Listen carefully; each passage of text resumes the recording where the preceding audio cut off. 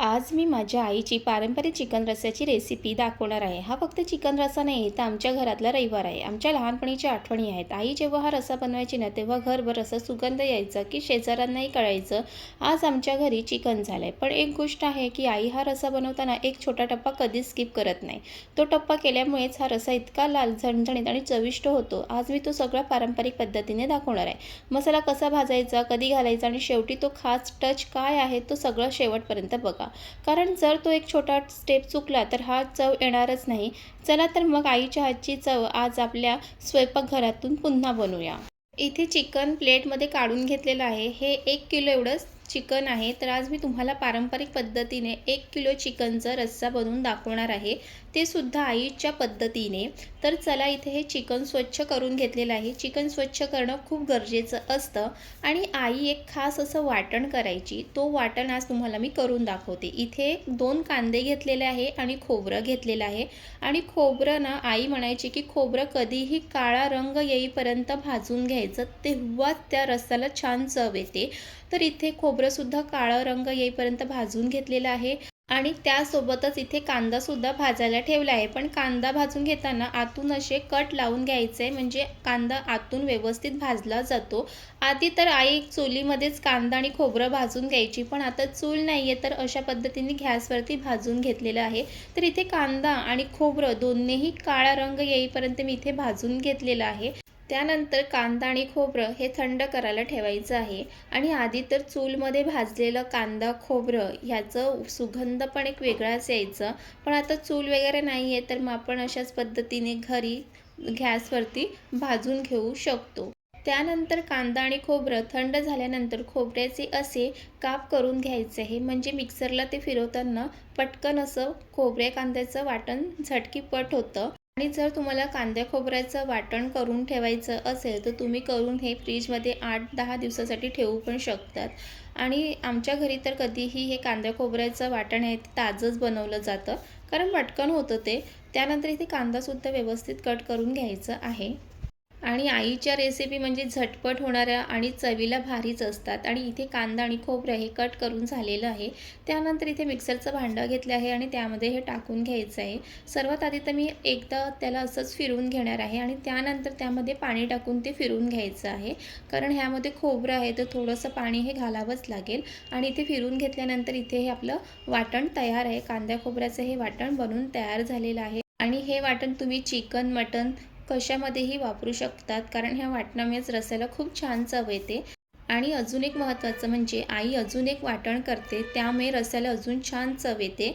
त्यासाठी इथे लागणार आहे, मी 5 इथे हिरव्या मिरच्या घेतलेल्या आहे, भरपूर असं लसूण घेतलेलं आहे, कोथिंबीर आणि आलं घेतलेलं आहे. तर हे सर्वांचं एक छान वाटण करून घ्यायचं आहे. त्याआधी तर सर्वात इथे मी मिरच्या आणि आलं, कोथिंबीर हे स्वच्छ धुवून घेतलेले आहेत. आलंचं आणि मिरच्या अशाच्या तुकड्या करून घेतलेल्या आणि भरपूर त्यामध्ये लसूण घातलेलं आहे आणि कोथिंबीर घातलेली आहे आणि ह्याचं एक हिरवं वाटण करून घ्यायचं आहे. आणि आईच्या पद्धतीचं हे चिकन रस्सामध्ये हे वाटण तर असतंच. हे वाटण आई कधीच स्किप करत नाही, कारण ह्या वाटणामुळेच रस्स्याला अजून खूप छान चव येते. त्यानंतर त्यामध्ये थोडंसं पाणी घालून हे हिरवं असं वाटण करून घेतलेलं आहे. आणि हे शक्यतो ना ताजंच असं वाटण करून घ्या, कारण ताजं वाटणाची जी चव असते ना ती वेगळीच असते. तर चला इथे हे वाटणसुद्धा बनवून तयार झालं आहे. त्यानंतर गॅसवरती पातेलं ठेवून घेतलेलं आहे. इथे मी हे चिकन रस्सा पातेल्यामध्ये करणार आहे, कुकरमध्ये नाही करणार आहे. तुम्हाला कुकरमध्ये करायचं असेल तर तुम्ही कुकरमध्येही करू शकतात. त्यानंतर त्यामध्ये तेल टाकलं. तेल व्यवस्थित गरम झाल्यानंतर त्यामध्ये खडे मसाले टाकून घेतले, तेजपत्ता, दालचिनी आणि बाकीचे खडे मसाले. आणि खडे मसाले छान परतून झाल्यानंतर मग त्यामध्ये बारीक चिरून घेतलेला असा कांदा घातलेला आहे. ह्यामध्ये मी 3 कांदे वापरलेले आहे. आणि अजून एक महत्त्वाचं म्हणजे की आई नेहमी म्हणते की चिकन रस्सा करणार असेल ना की त्याच्यामध्ये हे खडे मसाले घालायचंच आहे, त्यामुळे अजून रस्स्याला खूप छान चव येते. तर हे महत्त्वाचं आहे. आणि कांदा व्यवस्थित परतून घेतल्यानंतर कांद्याचा थोडासा रंग बदलला की त्यानंतर त्यामध्ये हे हिरवं वाटण टाकायचं आहे आणि हिरवं वाटणसुद्धा छान परतून घ्यायचं आहे. आणि एक महत्त्वाची टिप्स म्हणजे की आई नेहमी म्हणते की जेव्हाही कांदा आणि वाटण हे जेव्हा तुम्ही परतून घेतात ना तेव्हा गॅस हे मंद आचेवरतीच ठेवायचं आहे, कारण मंद आचेवरती परतून घेतलेलं कांदा आणि वाटण हे खूप छान परतलं जातो.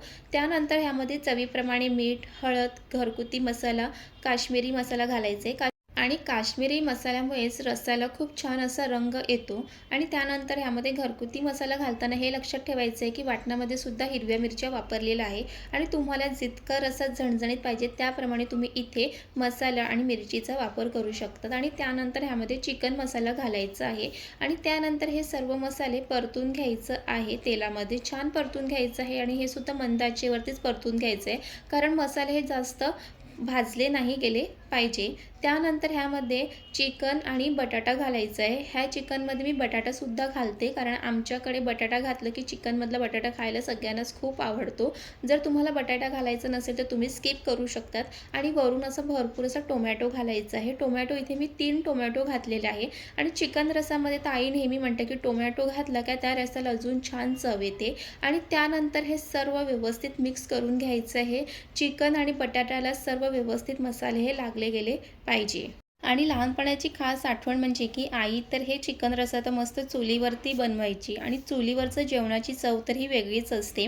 आणि आता तर हे चुलीवरचं जेवण तर खायला मिळतच नाही. आणि लहानपणी तर आई चुलीकडे जेवण बनवत असेल की तिच्या बाजूला बसून आई कसं करते जेवण ते बघायला एक वेगळीच मजा यायची. आणि आई मस्त गरमागरम जेवण करायची की ते लगेच चुलीकडे बसूनच जेवायला बसायचो. म्हणजे गरम-गरम जेवण झालं की आई समोर ताट ठेवायची आणि खरंच ते दिवस अजून आठवले की खूप मज्जा वाटते. आणि चुलीवरचं जेवणाची चव तर काही वेगळीच असते. आणि इथे बघू शकतात की चिकन व्यवस्थित मिक्स करून झालं आहे. त्यानंतर झाकण झाकून एक 5-7 मिनिटासाठी चिकनची छान वाफ काढून घ्यायची आहे, पाणी न टाकता. आणि इथे अजून एक महत्त्वाची टिप्स की आई नेहमी म्हणते की चिकनवरती जो आपण झाकण ठेवलं आहे त्याच्यावरतीच पाणी ठेवायचं आहे, म्हणजे चिकन कसं व्यवस्थित हे शिजलं जाते. आणि चिकनला 5-7 मिनटं वाफेवर ठेवल्यानंतर त्यामध्ये हे पाणी दिसतं. ह्यामध्ये पाणी टाकलेलं नाही आहे, कारण चिकनचंही पाणी त्यामध्ये उतरतं. आणि इथे एकदा परत व्यवस्थित मिक्स करून घ्यायचं आहे. आणि आई नेहमी म्हणते की कधीही सुरुवातीला चिकनमध्ये पाणी टाकायचं नाही. सर्वात आधी तर ते 5-7 मिनटं असं वाफेवर शिजवून घ्यायचं आहे आणि त्यानंतर पाणी टाकून ते छान शिजवून घ्यायचं आहे. आणि इथे पाहू शकतात की एक 10 मिनटानंतर चिकन आणि बटाटा हे व्यवस्थित शिजलेला आहे. इथे तुम्ही पाहू शकतात की बटाटासुद्धा छान शिजलेला आहे. आणि त्यानंतर एक महत्त्वाची टिप्स की आई ती कधीच स्किप करत नाही हा रस्सा बनवताना, ते म्हणजे हे जे आपण वाटण करून घेतलेलं आहे काळं वाटण, ते आई त्यामध्ये टाकते. आणि त्यानंतर हे वाटणसुद्धा छान ना रस्स्यामध्ये मिक्स करून घ्यायचं आहे. आणि हे वाटण टाकल्यानंतर एक 5 मिनटं छान झाकून त्याची एक वाफ काढून घ्यायची आहे. आणि आई कधीही हे वाटण आहे ना चिकन आणि बटाटा शिजलं की त्यानंतर घालते, त्यामुळे ह्या रस्स्याला अजून छान चव येते. आणि आई हे कधीही स्किप करत नाही. आणि हे छान एक झाकून 5 मिनिटाची छान वाफ काढून घेतलेली आहे. आणि इथे तुम्ही पाहू शकतात की आपलं पारंपरिक आईच्या पद्धतीचं हे चिकन रस्सा बनवून तयार झालेला आहे. आणि हा रस्सा इतका चविष्ट लागतो की तुम्ही 2 घास जास्तच खातील. आणि त्यानंतर भरपूर अशी हिरवी कोथिंबीर घालायची आहे. आणि तुम्हीसुद्धा एकदा आईच्या पद्धतीचं हे चिकन नक्की बनवून बघा. तुम्हाला घरी नेहमी ह्याच पद्धतीने चिकन रस्सा बनवायला सांगतील, कारण इतकं चविष्ट लागतं. ह्यासोबत तुम्ही कोंबडी वडे किंवा भाकरी किंवा भातासोबत खूप छान लागते. तर आजची रेसिपी तुम्हाला कशी वाटली हे नक्की कमेंट करून सांगा. आणि तुम्हाला आईच्या पारंपरिक पद्धतीच्या रेसिपी बघायला आवडतील का हे सुद्धा मला सांगा.